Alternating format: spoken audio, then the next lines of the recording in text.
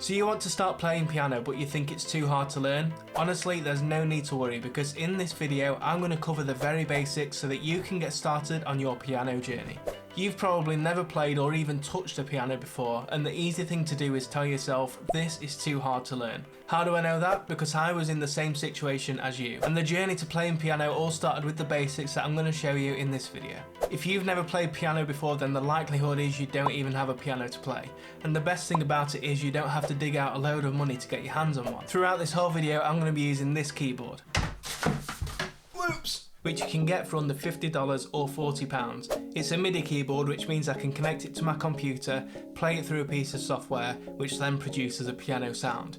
And it's so easy to set up. And I've put a link to this keyboard in the description. So once you've chosen your keyboard and connected it to your laptop, if you've gone for a Midi keyboard, it's time to stare at your keyboard and ask yourself, where do I begin?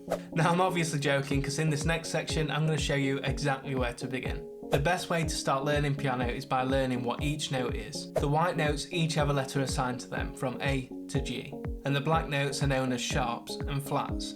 When moving up the piano, the black notes are referred to as sharps, and when moving down the piano, the black notes are referred to as flats. Though this naming system doesn't always apply for the black notes, but that's for a video in the future. So moving up the piano from the A note, I'll show you each piano note that I pass along the way.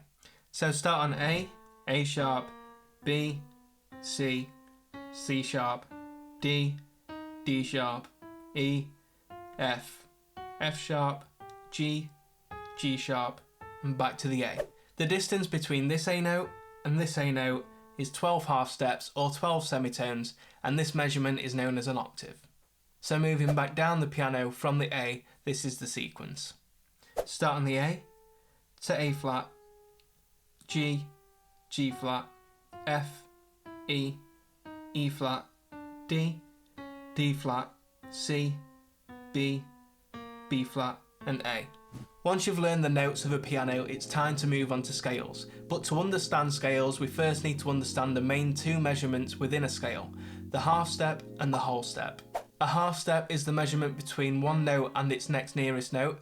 This measurement is also known as a semitone. And then we've got a whole step, and a whole step is made up of two half steps, which is also known as a tone.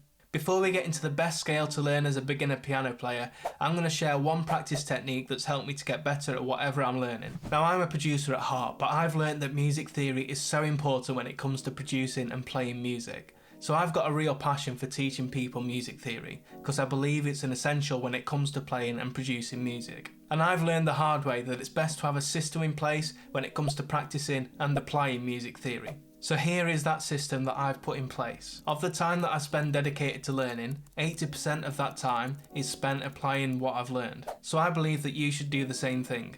Spend 80% of the time that you spend dedicated to learning, applying what you have learned. So you can look at this video as the 20%, and at the end of this video I'll give you some practical steps that will help towards that 80%. I can guarantee that if you put this system in place and stick to it, you'll be playing piano with ease in no time. Let's have a look at the major scale.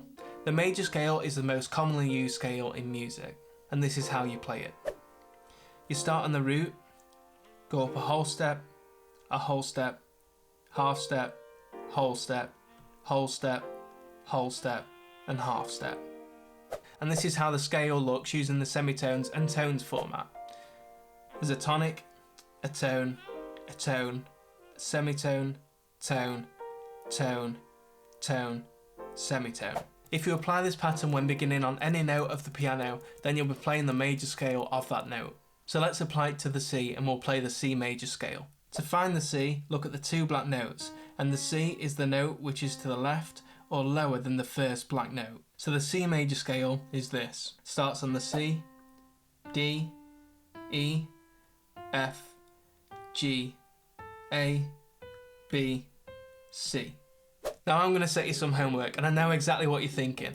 This guy on YouTube is setting me some homework, and that's because I believe that out of the time you put aside to learn something, 80% of that time should be you putting into practice what you've learned. It's the only way that you're going to advance your skills. So here's your homework. If you're someone that's going to take learning piano seriously, then go and get a keyboard. Once you've got a keyboard, I want you to come back to this video and learn the major scale pattern. And then I want you to learn the C major scale until you can play it without looking at the screen for help. Once you've learned the C major scale, I then want you to apply that major scale pattern to the C sharp, which you now know is a semitone or a half step up from C. And then I want you to apply it to the D, then the D sharp, and so on.